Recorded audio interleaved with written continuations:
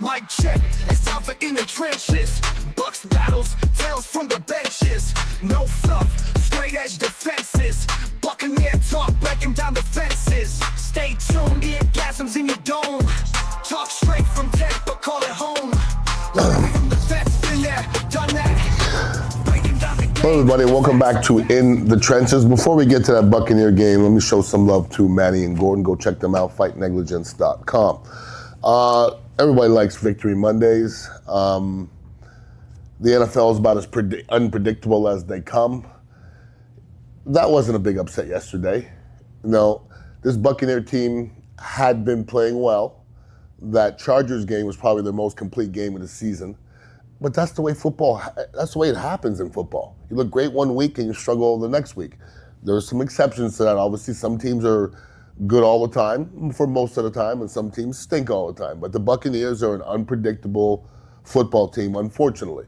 I think they're good enough to beat anybody, but I think they're also in a situation they could lose to anybody. I was talking to a good friend about the Buccaneers. He's like, man, I really like their chances. And I said to him, I'm not convinced about their defense yet. And I'm still not. Watching that game yesterday, I mean, letting Cooper Rush carve you up, that's not a great, notch on your freaking headboard. You know what I'm saying? It gets a lot worse than that. Now, it's not the end of the world, and losing to Dallas in Dallas isn't, it's not the worst thing in the world. You would think that that's a tough win. The Cowboys were 1-6 at home, and they were giving up 33 points at home this year. So it wasn't a tough place to play. The atmosphere wasn't that bad. And the Buccaneers had every chance in the world to win that football game. They just didn't play that well. They didn't tackle that well. They gave up 4 sacks. They stopped the run well. They gave up too many passing yards. And just in general, for a Sunday, I think that's 5 in a row, broadcasted games that we lose, national games. That's not a good thing. Because when you play the playoffs, that's going to be nationally televised games. You better figure out ways to win the big ones. So, looking at this Buccaneer team and wondering where they are right now, I don't know where they are right now. I know that Atlanta won yesterday. They're right there, sniffing on us. They play Washington. They put Penix in. I mean, I don't know how you bench a guy making $65 million, but Kirk Cousins is going to be on the bench making $65 million. Do yourself a favor and divide $65 million into 17 weeks and see how much that is per week. In my head, it's probably close to $4 million a week. I made $90,000 my first year for starting 16 games, so God bless Kirk Cousins. But they're right there, okay? And Cooper Rush, as much as he's not a big name, does anybody know what Cooper Rush's record is as a starter? 9-4. Ain't that damn bad. And his numbers were pretty damn good yesterday, all right? Baker's an up and down quarterback. We have to know that. Even the games where he plays well, he throws dumb picks. There was a couple fumbles yesterday. We got blessed yesterday by them not getting that one fumble out of bounds. I know he's there. There was 50 of his family members there. He's from Texas originally. He's played in that stadium before. But Baker's throwing too many damn picks. I don't know any other way to say it. Baker's throwing too many damn picks, period. So that's got to be rectified going into the back end of this football season, or the Bucs are going to start compiling and piling up losses. That is for real. Mike McCarthy, to me, is dead man walking, and we let him feel good about himself. The Cowboys have not been playing that bad lately. They have not. And there's rumors going out circling that Deion Sanders is going to be the next coach, and Mike McCarthy, it is what it is. But I can see it happening. I really can. I don't see anybody wanting to go to Dallas right now. I just don't. And what kills me is, after this one loss, forget about the Bucs winning 4 in a row. After one loss, so the Bucs have won 4 out of the last 5. Right away, I got to hear about fire Todd Bowles. Right away. I'm hearing people talk about, you can't lose Liam Cohen. Why? Because he called 4 good games? We did the same thing with Canales last year. You know why our offense is moving? It's because Baker's doing that, not the offensive coordinator. You guys think that offensive coordinator is doing that much? Is he scheming that many things open? God, we fall out of love with people. We fall in love with people real, real fast. You want Liam Cohen to be the head coach?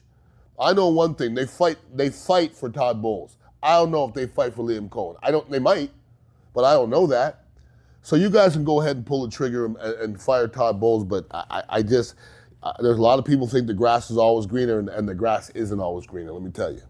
Now, before the game, I happened to be on YouTube, and I don't know why, it's not really my algorithm, but I don't watch a lot of Buccaneers stuff, but I watched a little bit of a little story on Mike Evans and the way he was brought up. And I don't think I ever knew this story before. I mean, Mike Evans was born, his mother was 14 years old when she had him, 14. And she was white, his father was black, they were on and off. There was domestic abuse, his dad was beating his wife, beating his mother quite often. The mother had a brother that was in jail and came and lived in the house. Long story short, the brother ended up killing Mike Evans' father with the kids in the house. I never heard that story before. When you hear stories like that, I mean, that's a success story for Mike Evans because he's going to be a first ballot Hall of Famer.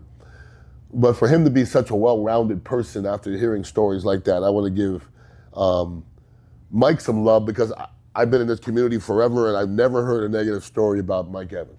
And I was just talking to Tony Mayberry yesterday. I said, he's in that status of like a Leroy Selman. Everybody else, you're going to hear some stories. You don't hear any stories about Leroy Selman. You don't hear any stories about Mike Evans. So one love has to go out to Mike Evans, that's for sure. Now, let's go to the game. First drive was, that Shepard drop.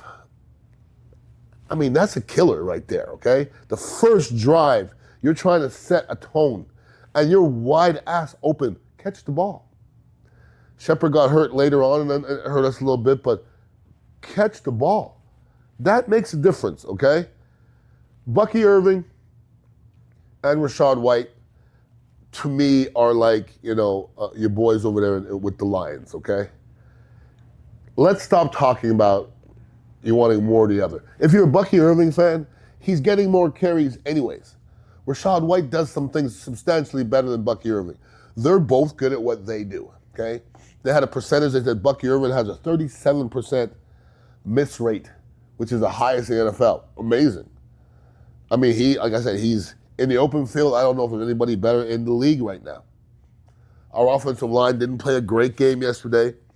Nothing gets me more antsy than seeing Tristan Wirfs on the field, lying on the ground. Because I know, I've said before on this podcast, I could write a book on high ankle sprains. By the end of my career, I was playing with a plastic boot. Tristan Wirfs going to have a bad ankle for the rest of his career. And every time I see him laying on the ground, I know the feeling. And he always gets himself back out there. He had a couple sets yesterday were as bad as I've seen because his ankle was bothering him. He had one set where he buckled in the middle of the set. The guy didn't even touch him. I'm just hoping Tristan's okay, and I guess they have this surgery that they do now where it tightens up people's ankles, so maybe he does that in the offseason, but right now he's got to find a way to kind of grin and bear it and get through it. Our boy McMillan is definitely securing himself as number 2. 4 touchdowns in the last 3 games. I like what I see. Like we're saying, he's making money. He's making money out there. We got lucky on the Baker fumble, okay? And we got out finessed yesterday, okay? If you look at the game and the big plays in the game, when you're talking about Jordan Lewis interception, he robbed McMillan. I mean, literally robbed him of the ball. And if you're looking at Rachaad White's fumble, he was robbed of the ball. That's just good effort by the other team. You got to tip your hats off to them. But the Buccaneers did enough bonehead things to keep them out of that damn game. The Cowboys aren't that good, but the Cowboys have a lot of good football players. They really do. Let me tell you who's one of the best players in the whole league right now, okay? Is that Brandon Aubrey cat. All right, their kicker, I think he's now 8 or 9 kicks above 55 yards, and I've never seen somebody kick a 55-yarder with that much ease in my life. I'm going to test this to a golf swing. He looks like he's swinging the pitching wedge. And he's hitting 58 yards, and they're clearing it by 10 yards. So that kid is good. And that kid is a weapon. That's a nice weapon to have, that is for sure. But looking at this team, Cooper Rush, I understand Justin Herbert, but Cooper Rush, that's not a good look. There wasn't a lot of players that played well yesterday. Vita Vea should be in the Pro Bowl, all right? He was a little bit injured at the beginning of the year, but Vita Vea is a difference maker. One of the funniest plays is when he cut Turpin off in the hole. And I don't know why it came to my head, but Vita Vea, when Turpin weighs $150. Vita Vea weighs, they say 349. No way. He's higher than that.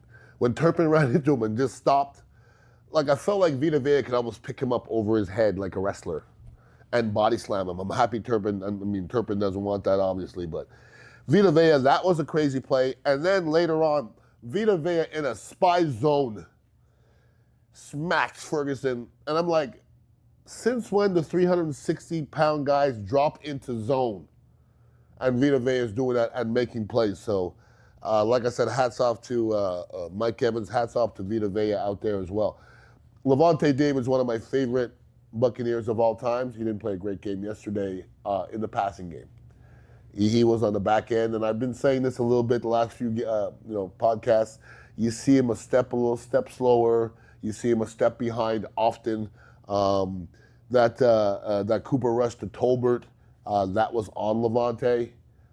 It's not a lack of effort, but they're putting it on you. And if you're trying to get better defensively, we have a long way to get better. I thought there was a couple key things that happened in that game.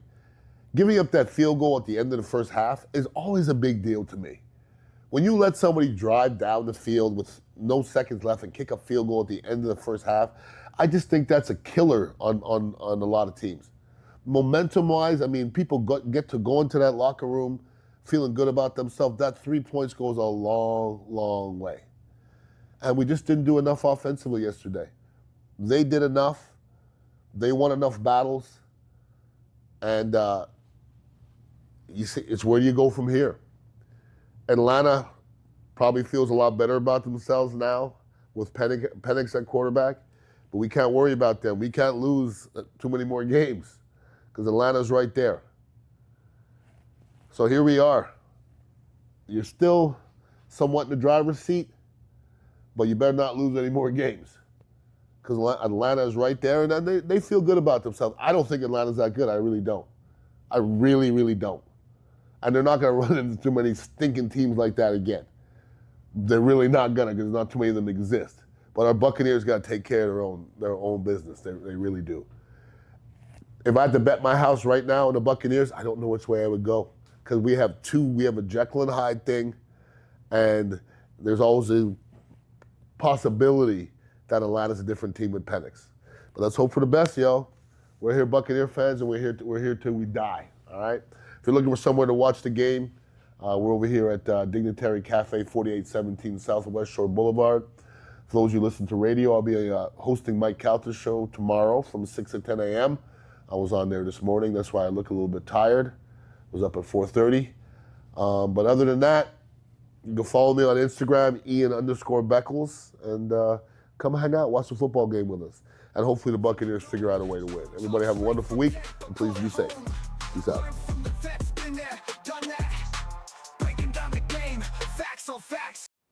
Some law firms, they try to sell you on how big they are. But wouldn't you prefer to know how qualified and experienced and credentialed their lawyers are? Call Manny and Gordon or visit us at fightnegligence.com.